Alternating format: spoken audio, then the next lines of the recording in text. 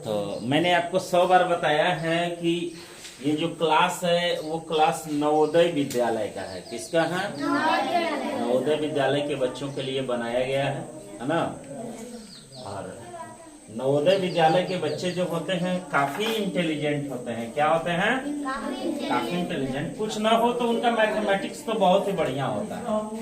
आइए आज हम आपको पढ़ेंगे आयत के बारे में। किसके बारे में?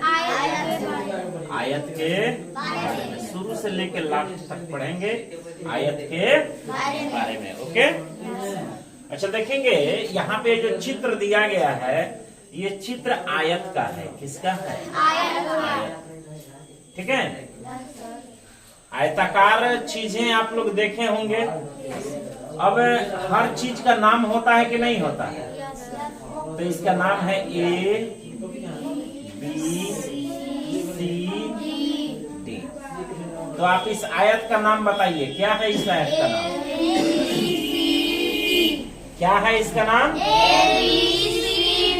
चलिए, इसका नाम हो गया ए बी सी डी। कितने बच्चों को समझ में आ गया है बाबू? फाइनल? कोई दिक्कत इसमें? चलिए, इसका तो नाम हो गया। अब इसको हम लंबाई बोलते हैं। क्या बोलते हैं? लंबाई। इसको हम लंबाई बोलेंगे। क्या बोलेंगे? लंबाई। इसको भी क्या बोलेंगे बेटा? लंबाई। लंबाई। तो एक आयत में कितनी लंबाई होती है? 2 होती है। और दोनों लंबाई हमेशा बराबर होती है। क्या होती है? हमेशा बराबर होती है। तो एक आयत में कितनी लंबाई होती है? हाँ, एक वो आयत में कई गो लंबाई होता है? 2 पीस होता है। तो इस लंबाई का नाम बताना है। इस लंबाई का नाम क्या है? A B. ए से लेके कहाँ तक? ए से लेके बेटा बी तक। ओके, तो ये इसकी क्या हो गई? लंबाई। एक लंबाई का नाम हो गया ए बी। तो दूसरा लंबाई का नाम बताइए? D C. कितने बच्चों को समझ में आ गया है? कोई दिक्कत? चलिए, हैंड्स डाउन। ये तो लंबाई हो गई। इसको अब हम चौड़ाई कहते हैं। क्या कहते हैं? चौड़ाई। तो एक चौड़ाई ये भी हो गई और एक चौड़ाई ये भी हो गई। हो गई कि नहीं? तो चौड़ाई हो गया। तो एक आयत में कितनी चौड़ाई होती है? देखिए, एक आयत में कितनी चौड़ाई? 2। तो इस चौड़ाई का नाम बताइए। ए से लेके डी तक ए डी। और इस चौड़ाई का नाम बताइए। बी से लेके कहाँ तक? कोई टेंशन इसमें? बिल्कुल ही आपको विस्तृत रूप से आप इसे पढ़ेंगे। ठीक है, चलिए ध्यान देंगे थोड़ा सा बाबू। ये तो हो गया ना। तो इसको यहाँ से मिटा दें। अब इस कोने से लेके इस कोने तक को हम विकर्ण कहते हैं। क्या कहते हैं? विकर्ण। हो गया। तो जब यहाँ से एक कोना में जा सकता है तो यहाँ से तो ये भी तो आ सकता है। ठीक है, तो ये क्या चीज है बाबू? विकर्ण। तो इस विकर्ण का नाम बताना है आपको। ए से लेके कहाँ तक ही पहुँच गया? सी तक आके रुक गया। तो ए से इस विकर्ण का नाम बताना है। डी से चला और कहाँ पहुँचा? डी बी नाम है ना जी बाबू? चलिए, डी हो गया। कितने बच्चों को समझ में आ गया? बहुत बढ़िया। देखिएगा ध्यान से। तो दोनों लंबाई हमेशा क्या होती है? दोनों चौड़ाई हमेशा क्या होती है? बराबर होती है। तो बोलिएगा हमारे साथ साथ, वह चित्र जिसमें लंबाई आमने सामने की भुजा क्या होती है? आमने सामने की भुजाएं क्या होती है? या ऐसा भी आप बोल सकते हैं बेटा कि दोनों लंबाई क्या होती है और दोनों चौड़ाई क्या होती है, ठीक है। लेकिन लंबाई, दोनों लंबाई बराबर होगी और दोनों चौड़ाई बराबर होगी, ठीक है। जैसे देखिएगा आपके सामने एक चित्र आ रहा है, यहाँ पर ये है 4 सेंटीमीटर और ये है 7 सेंटीमीटर, ठीक है। ए है, बी है, सी है, डी है। आप बता सकते हैं अगर ये 7 सेंटीमीटर है तो ये कितना? बहुत बढ़िया, 7 सेंटीमीटर। अगर ये है 4 सेंटीमीटर तो ये 4 सेंटीमीटर। तो आपने देख लिया लंबाई क्या हो गई और चौड़ाई क्या हो गई। तो जिसमें आमने सामने की भुजाएं बराबर हो उसे हम आयत कहते हैं। क्या कहते हैं बेटा? कितने बच्चों को समझ में आ गया? फाइनल। इस परिभाषा में एक और बात छुपा हुआ है, जिसके आमने सामने की भुजाएं बराबर होती है लेकिन उसका हर कोण कई डिग्री का होता है? 90 डिग्री का। कितने डिग्री का? 90 डिग्री का। बोलिए, वह चित्र जिसके आमने सामने की भुजाएं बराबर होती है तथा चारों कोण कितने डिग्री के होते हैं? समझ में आ गया? उतार लीजिए ऐसे ही, ठीक है। पुनः हम आपको आगे पढ़ाएंगे। तो चलिए इसके आगे बाबू, आपने इतना देखा, फिर हम इसके आगे आपको दिखते हैं, ठीक है। देखिएगा ध्यान से। अब बात है क्षेत्रफल निकालने की। क्या निकालने की? क्षेत्रफल। और उसके बाद निकालना है क्या? परिमिति। क्या निकालना है? परिमिति। और उसके बाद निकालना है क्या? यहाँ क्या निकालना है? विकर्ण, ठीक है। तो यहाँ पे ये चित्र बन गया कि नहीं बन गया? ये हुआ लंबाई और ये हुआ कि नहीं हुआ? तो क्षेत्रफल का सूत्र क्या होता है? लंबाई समझ में आ गया?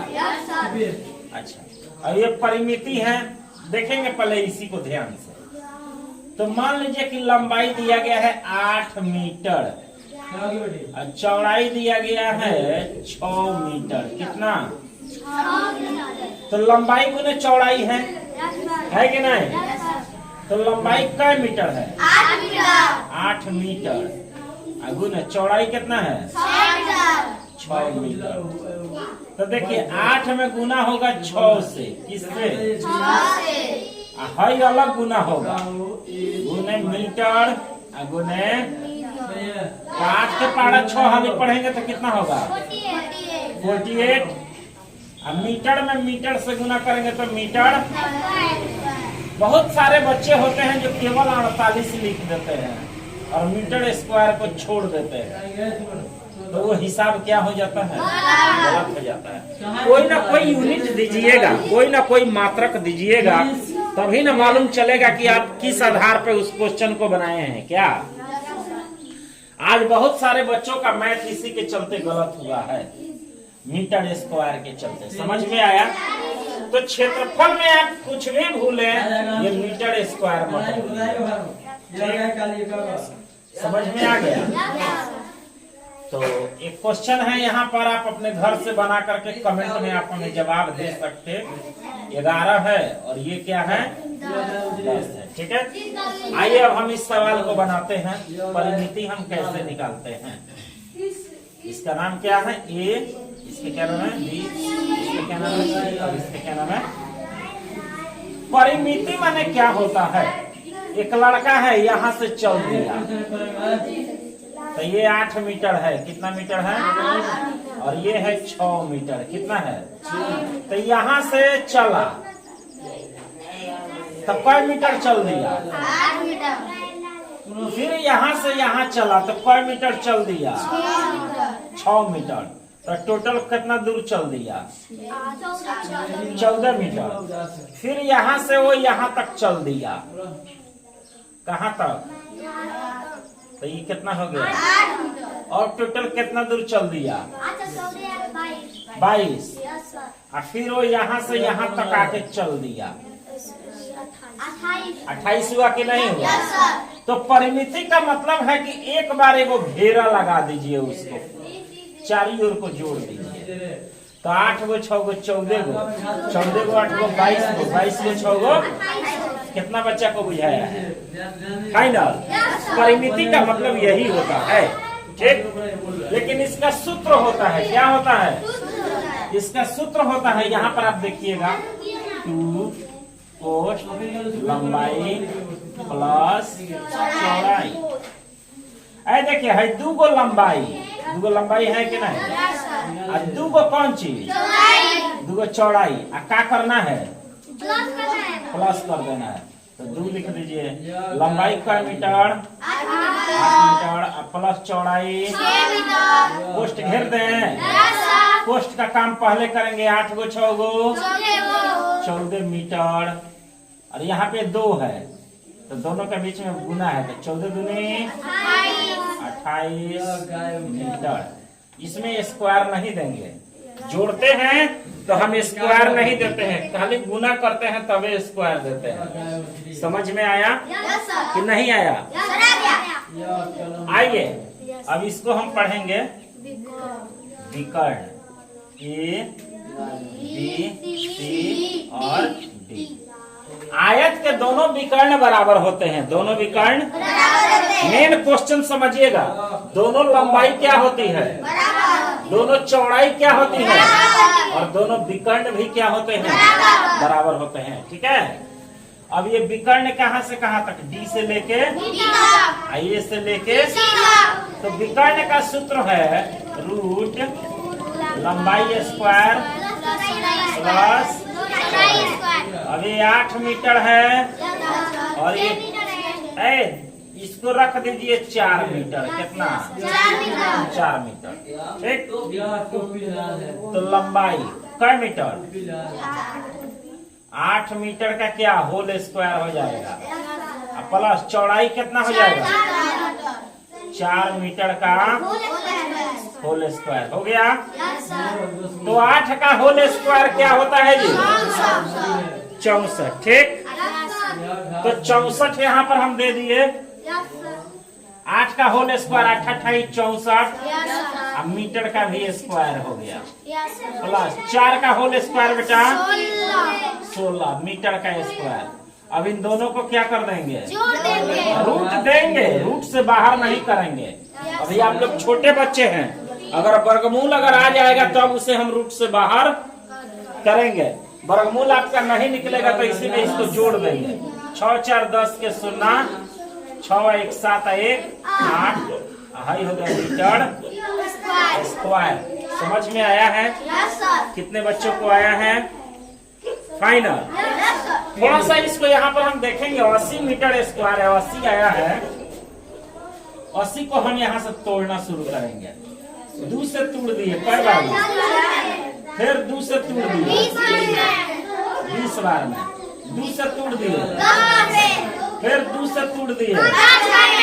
देखिए कई गो 2 आया है, तो 2 गो का जोड़ा लगाइए। एगो है या एगो है, एगो इसमें से लेंगे 2, एगो इसमें से लेंगे 2 गुना।